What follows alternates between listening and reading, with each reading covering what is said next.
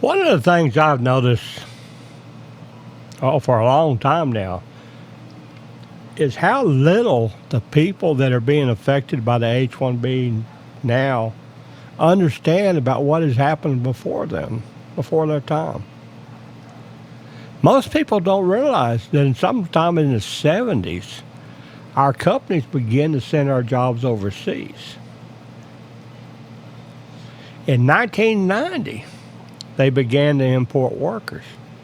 In the beginning, it was cheaper, but mainly it was because they couldn't quit. If you walked into the office and told me, hey, you son of a bitch, you're going to work goddamn 24 hours a day, 7 days a week, and you better not quit or I'm going to send you back to where you come from. They couldn't do anything.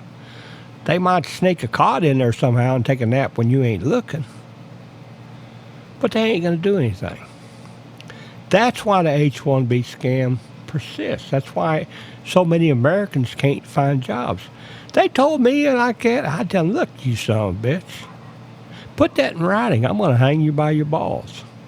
But the average person won't do that. I guess I'm not average. I don't know. But anyway, I'm not doing this about me.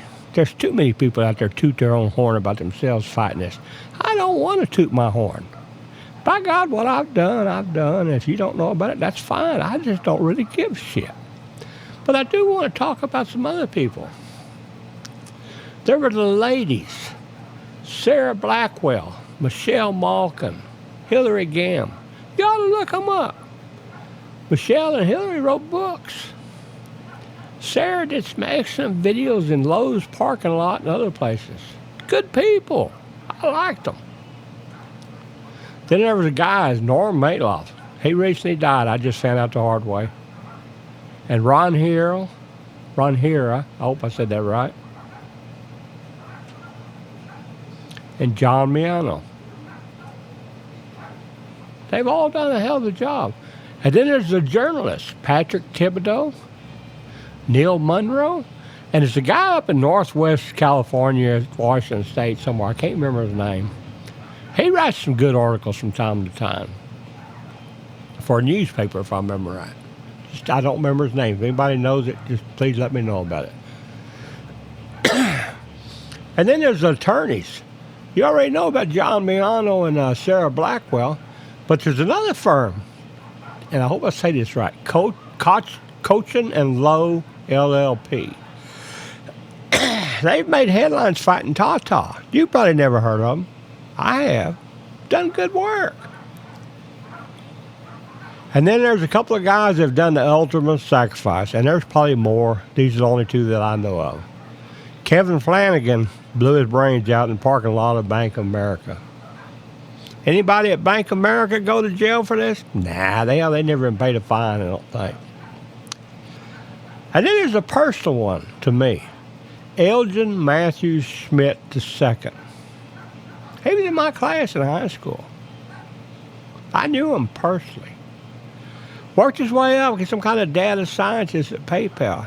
He took the employee route. And me, I was a bit of a rogue. I took the contractor route. I didn't want anybody telling me what I could or couldn't do on my time off. I didn't want them telling me any kind of rules at all.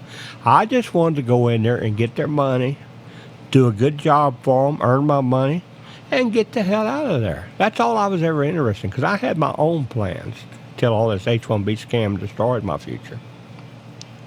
But Matt, when the Air Force, I think he became an officer, I don't really remember. I wasn't in the Navy. I was enlisted.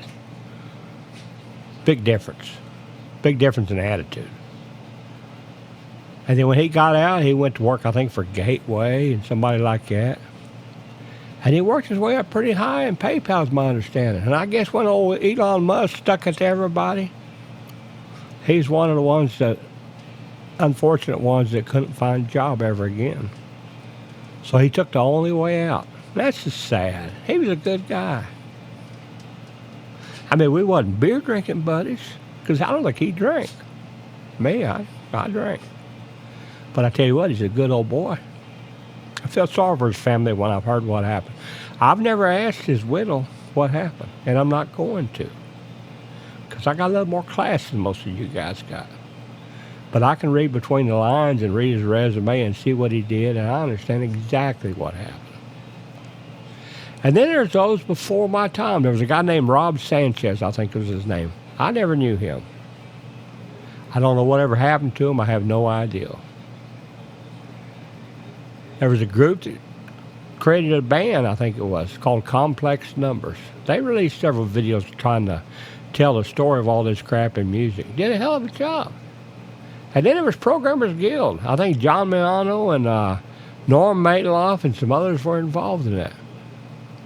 You'll hear a lot of people nowadays telling, oh man, we're beating Elon Musk and Vivek Ramaswamy because I'm so good. You ain't so good. You don't even understand what's happened. I'm not going to single any names out. We need each and every person in here fighting this battle. Everyone. I've done a thing or two, but I'm not going to toot my horn. I will ask you this. I want to bring you more. I'd like you to like, share, and subscribe, and if possible, donate. You can find me on Twitter and YouTube under that V. Birchwell. Because we need to take this war to the next level. We need to go out and grab these bastards by the short hair. And you need to understand, it's not the Indians doing this to you. It's not the Muslims doing it to you. It's white corporate America that has decided they are willing to sell out your future so that they can get rich. And nobody has ever held them accountable. Isn't it time we name them, shame them, and hold them accountable? I think it is. As always, I'd like to hear your thoughts. Thank you.